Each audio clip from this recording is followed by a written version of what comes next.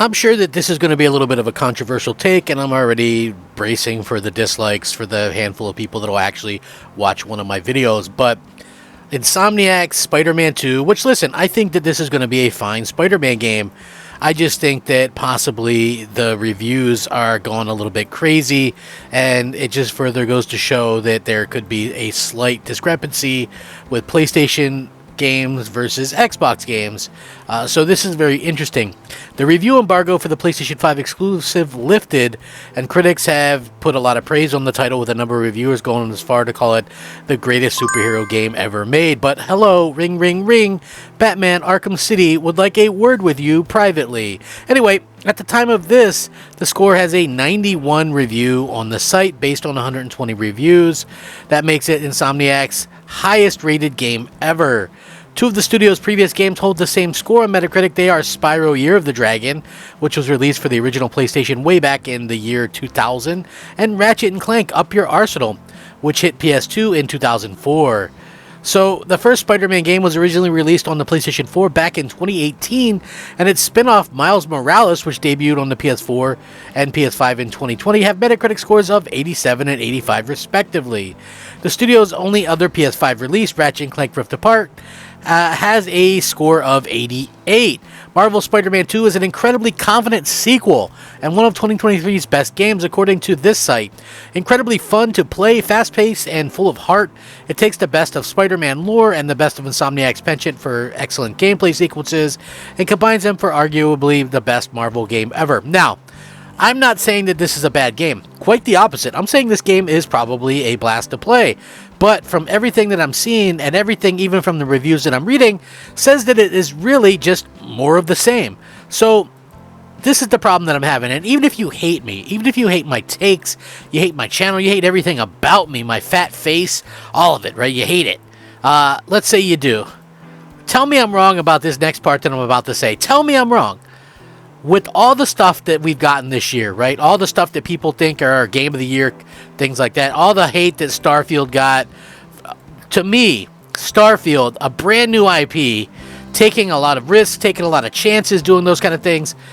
Awesome. I love to see that, especially 3 years into a generation, and we haven't gotten a lot of new IPs, especially that were current gen only, because that's, again, a risk in and of itself, because these games have to do a certain amount or whatever, and if you put it on current gen only, you really cut yourself off from, the previous generations and things like that. So we're dooming ourselves to getting literally the same thing over and over again, and they're not helping the matter, right? So let's look at the games that are quote unquote in the running for a game of the year.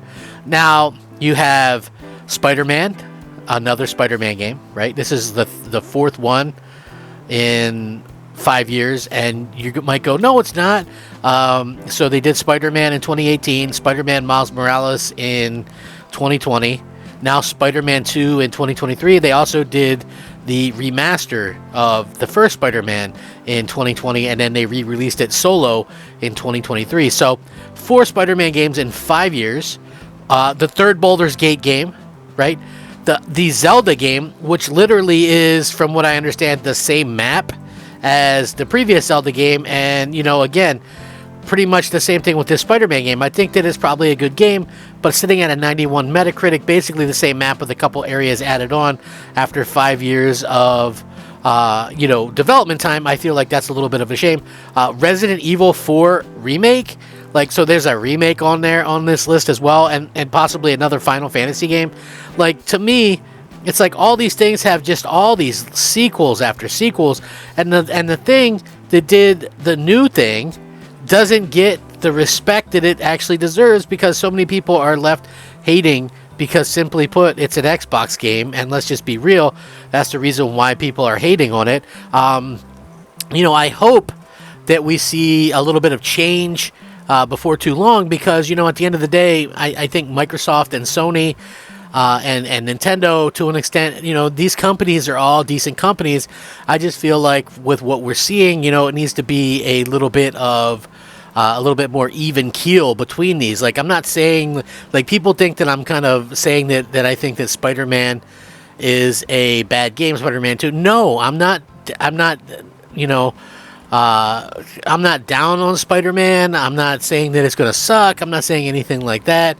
I'm saying, for me personally, that I feel like it is a little bit weird to me that this game, and all the reviews are saying, yeah, it's more of the same, but we love it, is going to lead to us getting more of the same. And that is a little bit disappointing. And for me personally, like I said, I just feel like, Microsoft, Sony, Nintendo, like these companies should be like, we're not in that time where we're going to get, all of the great games that we used to get, like take the choices and things like that, the new exciting things, right? Like, and I harken back to the 360 era, which happens to be, my favorite, but you know why it's my favorite, right? So let's just look at the new IP we were getting at that time. We were getting stuff like Gears of War was brand new, Uncharted was new, Dead Space was new, Assassin's Creed was new, Mass Effect was new, Dragon Age was new, Saints Row was new, so many new things. The Modern Warfare games from Call of Duty were new. We were getting just so many amazing games. BioShock was new, right? Like, I know you're probably thinking to yourself, holy crap, that was a really great time in gaming. Like, no duh. It was a phenomenal time.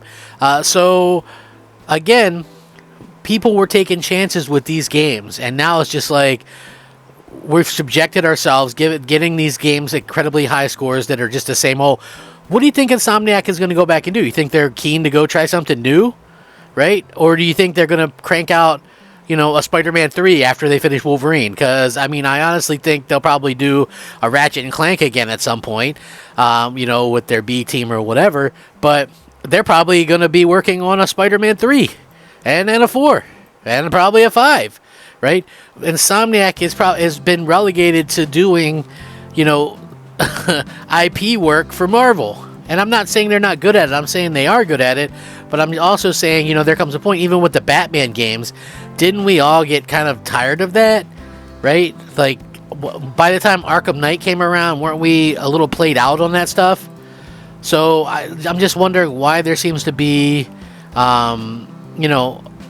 so many different situations like this where we're looking at it and going, this is kind of lame, sort of unexpected, to say the least. And again, we'll see what happens with this and how the awards and stuff go. But am I surprised that this scored up despite it being pretty much the same thing? No, I'm not surprised at all.